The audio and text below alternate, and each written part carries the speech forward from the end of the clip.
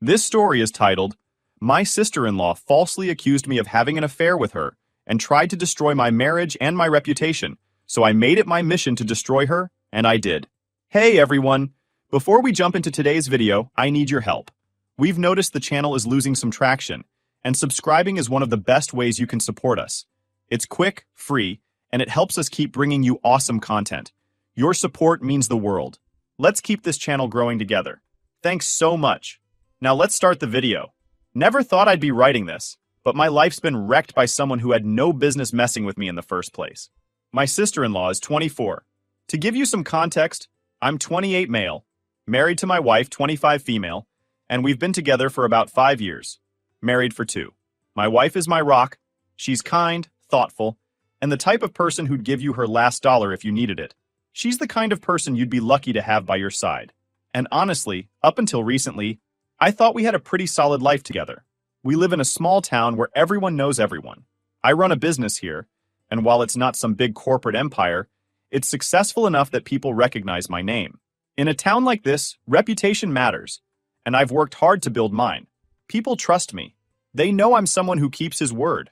That's what makes this whole mess with SIL so infuriating. She's been trying to tear me down with lies. And for what?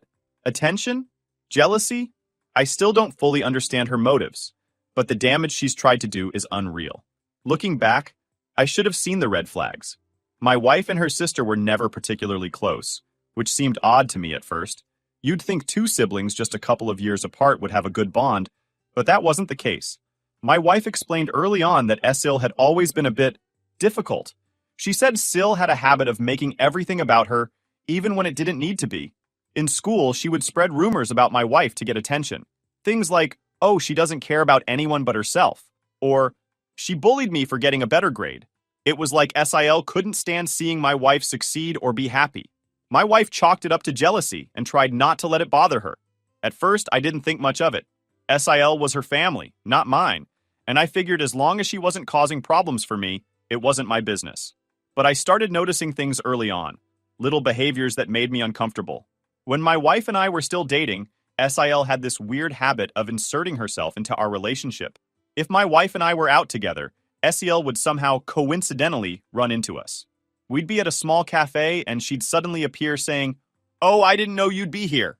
Mind if I join?" It happened enough times that it stopped feeling like a coincidence. And then there were the texts. She'd send me these random messages.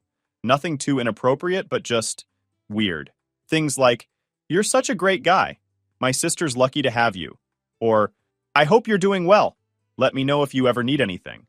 At first, I thought she was just being friendly, but it felt off. Why was she texting me and not her sister? I'd usually ignore her messages, and that's when I noticed she'd delete them. I'd see the notification on my phone, but when I went back to check later, the message would be gone. It wasn't a one-time thing either. It happened enough to make me think she was trying to cover her tracks. I told my wife about the texts once, but she brushed it off, saying, "That's just how she is. She's always trying to insert herself into everything. Just ignore her." So I did. I ignored her texts, ignored her weird comments, and tried to focus on my relationship with my wife. Still, I kept my distance from SIL whenever possible.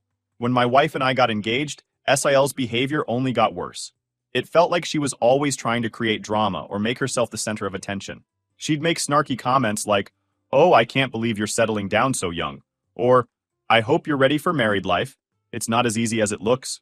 My wife would roll her eyes and tell me not to let it bother me, but it was clear that SIL wasn't exactly thrilled about our relationship. She'd even go out of her way to interrupt moments between us, like showing up at my house uninvited when I was planning a quiet evening with my fiancé. My wife saw it as her sister being clingy, but to me, it felt like something more. At one point, I started to wonder if SIL was jealous of my wife. It wasn't just our relationship she seemed to envy, it was everything about her. My wife has always been hardworking and independent, and SIL, well, she's kind of the opposite. She's the type of person who expects the world to cater to her, and when it doesn't, she acts like she's been wronged. My wife told me stories about how SIL would throw tantrums as a kid whenever my wife got something she wanted, like a new toy or praise from their parents. It was like she couldn't stand being outshined. Still, I didn't think it would escalate to anything serious. I thought Sil was just one of those people who always needed to feel important. Annoying, sure, but harmless. I couldn't have been more wrong. Fast forward to our wedding day. My wife and I were so excited to finally tie the knot, but of course SEL found a way to make it about her.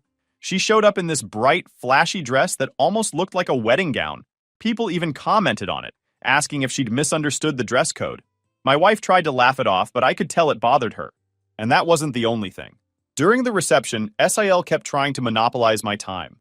She'd pull me aside to talk about random things, like her new job or her plans for the future. At one point, she even joked, "You better not forget about me now that you're married." It felt so out of place, but I just smiled and walked away. After the wedding, things calmed down for a while. SEL wasn't as involved in our lives, and I thought maybe she'd finally backed off. My wife and I settled into married life, and everything was great. We were happy, building our home together, and focusing on our future. SIL was still in the background, but she wasn't causing any problems. Or so I thought. I should have trusted my instincts. All those little red flags I ignored, they were just the beginning. I had no idea how far SIL was willing to go to involve herself into our lives and try to tear us apart. If I'd known then what I know now, I would have put up boundaries a lot sooner. But hindsight's 2020, right? What I didn't realize was that SIL wasn't done with us. Far from it. She was just biding her time, waiting for the perfect opportunity to cause chaos. And when that opportunity came, she didn't hold back. When SIL moved into our home, I was already on edge. I didn't say anything outright to my wife because I didn't want to come off as unwelcoming or paranoid. My wife was already feeling bad for her sister. SEL had just gone through a nasty breakup, and she was clearly in a bad place emotionally. My wife, being the saint that she is, wanted to help her out, so she didn't think twice about offering SIL a room. For the first week or so, SEL kept a low profile. She mostly stayed in the guest room or watched TV in the living room, but it didn't take long for her true colors to come out. She had this way of always inserting herself where she didn't belong, like she was constantly trying to prove that she mattered more than she did. I should have said something sooner, but I didn't want to rock the boat. The tension started with small things. SIL would never give us space as a couple. If my wife and I were sitting together on the couch, she'd plop down right between us and start talking like we were all best friends. If we were having a quiet dinner, she'd make some excuse to sit down with us and tell us all about her day, even though we never asked. My wife brushed it off as SIL just being a little needy, but I knew it was more than that. It wasn't normal behavior, and it wasn't just us. SIL had this way of making herself the center of attention whenever we had guests over. I sometimes host dinners for friends from my business, either casual hangouts or networking events, and SIL would always manage to ruin the vibe. She'd come downstairs, dressed to the nines, and act like she was the star of the show. She'd laugh too loudly at jokes, interrupt conversations to talk about herself, and worst of all, she'd start asking my friends for their phone numbers. I remember one night in particular when she pulled that stunt. I'd invited 3 friends over, guys I've known for years and worked closely with. We were sitting in the dining room, having a good time, when SIL suddenly walked in and made a huge scene about accidentally spilling a drink on herself. She ran to the table with this over-the-top apology, acting like she was embarrassed, but clearly enjoying the attention. Then she sat down with us uninvited, started flirting with one of my friends, and even asked for his number, in case she needed career advice. After the guests left, I pulled her and told her straight up, "This is my home and my business relationships. If you keep acting like this, you're going to have to leave." She immediately started crying, saying she didn't mean it, that she was just trying to fit in. My wife heard the commotion and came to see what was going on. I didn't want to upset her, so I downplayed it and let SEL off with a warning, but I was done giving her the benefit of the doubt. Then there were the messages. SIL had been texting me more often, and now it was getting harder to ignore. She wasn't just sending casual, "hope you're doing well" texts anymore. She started saying things like, "You're so easy to talk to," or, "I feel like you understand me better than anyone else." It was direct enough to be uncomfortable, but vague enough that she could claim she didn't mean anything by it if I called her out. But here's the kicker. She'd delete the messages right after sending them. Again. She must have thought she was being clever, but I wasn't stupid. It pissed me off, but I thought she would get bored if I ignored her and moved on. She didn't. One night, I was working late in my home office. My wife had already gone to bed, and I decided to take a break and grab something to eat. I walked into the kitchen and turned on the light, and there she was, standing by the fridge like she'd been waiting for me. I ignored her and opened the pantry, but then I felt her hand brush my arm. I turned around, and there she was, standing way too close, with this look on her face that made my skin crawl. "You work so hard," she said, her voice low and weirdly soft. I wish I could help take care of you. I stepped back immediately, but she moved closer. She reached out and tried to touch my chest. That was it. I grabbed her wrist firmly, very angry, and barely containing myself. This is enough. You're way out of line. She froze, probably shocked that I wasn't just letting her get away with it. I wasn't done. I've ignored your messages, your stunts, and your disrespect in my own home. But this crosses the line. You're out of this house by tomorrow morning, and I'm telling your sister everything. Her eyes went wide and she started stammering. I didn't mean, but I cut her off. Number, don't even try to play the victim here. Pack your stuff. You're leaving. She tried to apologize, saying she was just lonely and didn't mean to make me uncomfortable. But I wasn't buying it. I walked away without saying another word, went back to my office and locked the door. I stayed up half the night, running through everything in my head. Part of me wanted to wake my wife up and tell her everything right then and there, but I decided to wait till the morning. I needed to make sure SEL was out of the house first. The next morning, I went to work as usual, knowing I'd deal with the situation once I got home. I needed time to tell my wife everything clearly and make sure SIL was out for good. I came home from work. I was in my office catching up on some work when I heard my wife's phone ring in the other room. It wasn't unusual for her to get calls from her family, so I didn't think much of it until I heard her voice get louder. She was saying, "Wait, what? That doesn't even make sense." I stopped what I was doing, walked into the living room, and saw her pacing back and forth, looking pale. I asked her what was going on, and she waved me off, mouthing, "It's SIL." I sat down, listening to her side of the conversation, saying something about needing to confess and feeling guilty. My wife was clearly trying to make sense of whatever SIL was saying, but her expression kept getting more confused and angry. Then she stopped pacing, looked at me and said, "I think you need to talk to her." She put the phone on speaker, and that's when I heard SIL's voice clearly. "I can't keep this secret anymore," she was sobbing. "It's been eating me alive, and I feel like I need to tell you the truth before it ruins me completely." "What are you talking about?" my wife asked, her tone sharp. SIL took a deep breath and said it. "Your husband and I had an affair when I was staying with you. He pursued me and I was weak after my breakup. I gave in, but I regret it so much. I'm so sorry." I froze. I don't think I've ever been that angry in my entire life. It wasn't just the lie. It was how casual and manipulative she sounded, like she was confessing something noble instead of blatantly fabricating the most insane story. "Are you serious right now?" I finally said. The phone went quiet for a second, and then SIL doubled down. "You can deny it all you want, but you know it's true. I just hope you can admit it to yourself one day." My wife hung up on her. For a second, neither of us said anything. I was fuming, pacing the room, trying to wrap my head around what just happened. Then, my wife spoke. "She's lying," she said firmly. "This doesn't even make sense." I looked at her surprised. "You believe me?" "Of course I believe you," she said, sitting down next to me. "She's been pulling crap like this for years. She used to lie about me all the time when we were kids, making up stories to get attention. I thought she'd grown out of it, but clearly not. Even though she said she believed me, I could tell it hurt her. Her own sister had just accused her husband of the worst thing imaginable. I wanted to fix it immediately, to prove beyond a shadow of a doubt that SIL was lying. "Let me show you everything," I said. I pulled out my phone, opened up my messages, and scrolled through them. "There's nothing here because nothing ever happened. She's lying." My wife looked at the screen, nodding. "I know, but she's not going to stop. She wants attention, and she's willing to destroy us to get it." If SIL's accusation wasn't enough, she decided to go nuclear. A few days after her confession, my wife's parents called. They weren't just asking questions. They were demanding answers. "We've heard everything," my father-in-law said. "You need to leave that man. He's clearly controlling you, and now he's cheated on you with your own sister. This isn't love, honey." My wife tried to defend me. "Dad, it's not true. She's lying." But they didn't believe her. SIL had apparently gone to them, crying about how she'd felt trapped in the situation. She even claimed I was abusive, saying I would shout at her all the time and control what everyone in the house ate. It was absolutely ridiculous. Burned toast? He ruined the food on purpose to intimidate us. Grocery shopping? He controlled what we ate to show his dominance. Shouting down the stairs to find my phone? He yelled constantly, and we were all scared of him. It was laughable if it wasn't so infuriating.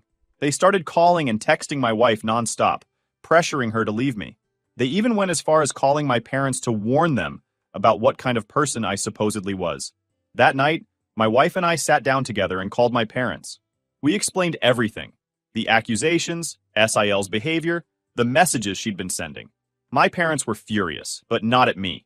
They knew SIL was lying and supported us 100%. My dad even said, if her parents want to believe that nonsense, that's on them. But you don't need to justify yourself to anyone. Once SIL realized her lies weren't tearing my marriage apart, she shifted her focus. It wasn't enough for her to make things awkward at home. Now she wanted to go after my reputation, starting with my work. She knew I valued my business and the relationships I'd built in the community, so she went for the jugular. At first, it was subtle.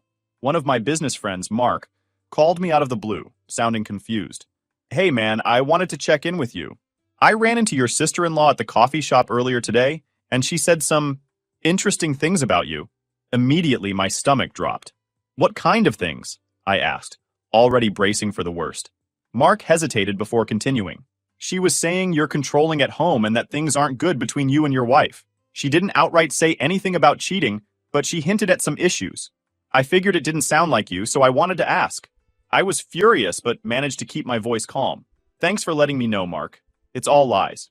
She's been stirring up trouble because she's upset about being asked to leave our house. None of it's true. Mark immediately had my back. I thought it sounded off. Don't worry, I won't entertain it. But I'd keep an eye on her. She seems like she's trying to start something.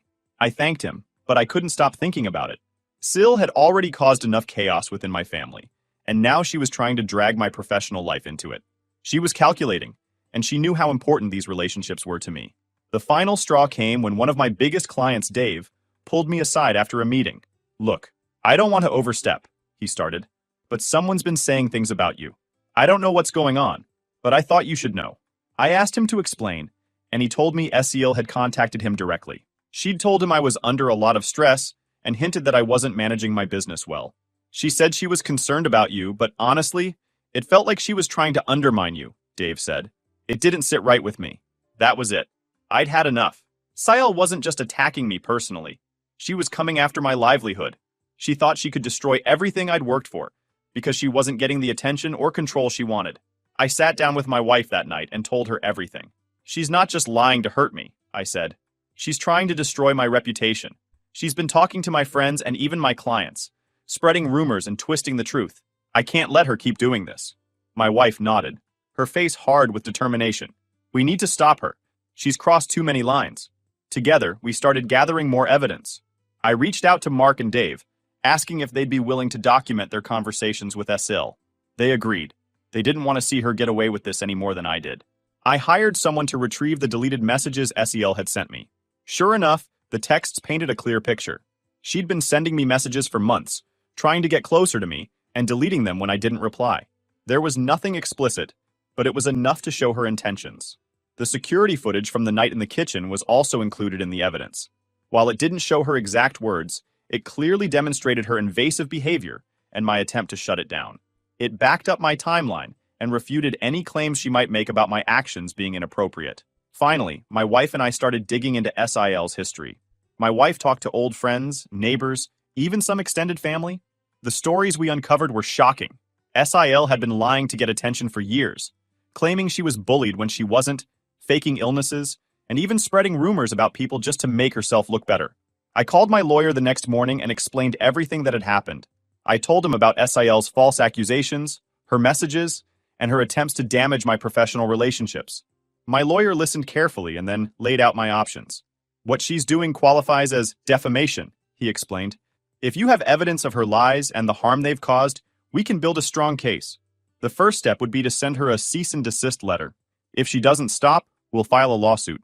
I agreed immediately. My lawyer drafted a detailed cease and desist letter, outlining every instance of SIL's false claims and warning her that further actions would lead to legal consequences.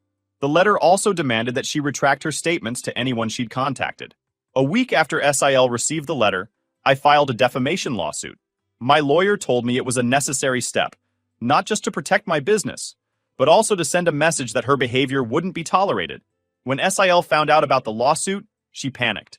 She called my wife, crying and begging her to make me stop. She claimed she never meant to hurt anyone and was just worried about our marriage. My wife didn't buy it. You're not worried about us, she told SIL coldly. You're trying to destroy us, and now you're facing the consequences. After that, SIL went quiet, at least for a little while. She stopped contacting my colleagues and clients, Probably because she realized I wasn't bluffing. But it can't be undone. After months of stress, lies, and fighting to clear my name, the court finally ruled in my favor. SIL was found guilty of defamation and harassment. She was ordered to pay damages, issue formal retractions to the people she'd lied to, and slapped with a restraining order. For the first time in what felt like forever, my wife and I could breathe. But even though the legal battle was over, the fallout wasn't. SIL's lies had left cracks in my wife's relationship with her parents that couldn't easily be repaired. And honestly, I was done giving them the benefit of the doubt. It started almost immediately after SEL was served with the lawsuit. My wife's phone lit up with calls and messages from her parents. At first, they tried to play the sympathetic card, saying things like, "This is just a misunderstanding," or "She didn't mean any harm." But when we didn't respond, their tone quickly changed. But then it quickly became clear they weren't ready to let go of their skewed narrative. Instead of accepting the truth, they decided to shift the blame directly onto me. One evening, my father-in-law called while we were having dinner. My wife sighed and reluctantly answered, putting him on speakerphone so I could hear. "Sweetheart," he began, his voice filled with forced patience, "I just don't understand why you two are going through with this. This is family. You don't take family to court. Do you know what this is doing to all of us?" My wife kept her tone calm, but I could see the frustration on her face. "Dad, do you know what she did to us? She lied about my husband, tried to ruin his reputation, and spread disgusting rumors. Why should we let her get away with that?" "Because it's not worth tearing the family apart," he snapped. "You two are blowing this out of proportion. You should just talk it out like adults and move on. This lawsuit is going to destroy our family." I finally spoke up. "With all due respect, the family was already falling apart the moment you chose to believe Esil's lies instead of us. She's the one who caused this mess, not us. And the damage she's done to my life and my career isn't something I can just move on from." My father-in-law sighed heavily, clearly irritated. "You're being dramatic. She made a mistake, but dragging this out in court is only going to make things worse. Can't you see what this is doing to your wife? She doesn't need this stress." My wife cut in before I could respond. "No, Dad. What I don't need is you and Mom constantly defending her. She's a grown woman who made her choices. We're done letting her ruin our lives. This case is happening, whether you like it or not." A few days later, my mother-in-law called. Her tone was softer than her husband's, but the manipulation was the same. She began, "Can't we just sit down as a family and work this out? We've always been able to talk things through before. Why does this have to go to court?" "Because talking hasn't worked," my wife said firmly. "Every time we try to reason with her, she lies or twists the truth. We've given her chance after chance, and all she's done is double down on her lies. She's left us no choice." "But think about what this is doing to the family," her mom said, her voice trembling. "Your sister is devastated. She's made some bad decisions, but she's still your sister. Do you really want to be the reason this family falls apart?" I could see my wife's frustration bubbling over. "Mom, the family fell apart the second you and Dad believed her over me. You let her lies drive a wedge between us, and now you're blaming me and my husband for standing up for ourselves? How is that fair?" Her mom started to cry. "We just want things to go back to the way they were. Can't you see how much this is hurting everyone?" "No, Mom," my wife said, her voice sharp. "You want things to go back to the way they were because it's easier for you? It's easier to blame us than to admit you were wrong about her. But that's not happening. If you can't support us, then stop calling." When the guilt trips didn't work, my in-laws switched to threats. They started warning us about what would happen if we didn't drop the case. "Do you know how this will look to everyone?" my father-in-law said during one heated phone call. "People in town will start to think you're the problem, not her. Who takes their own sister-in-law to court?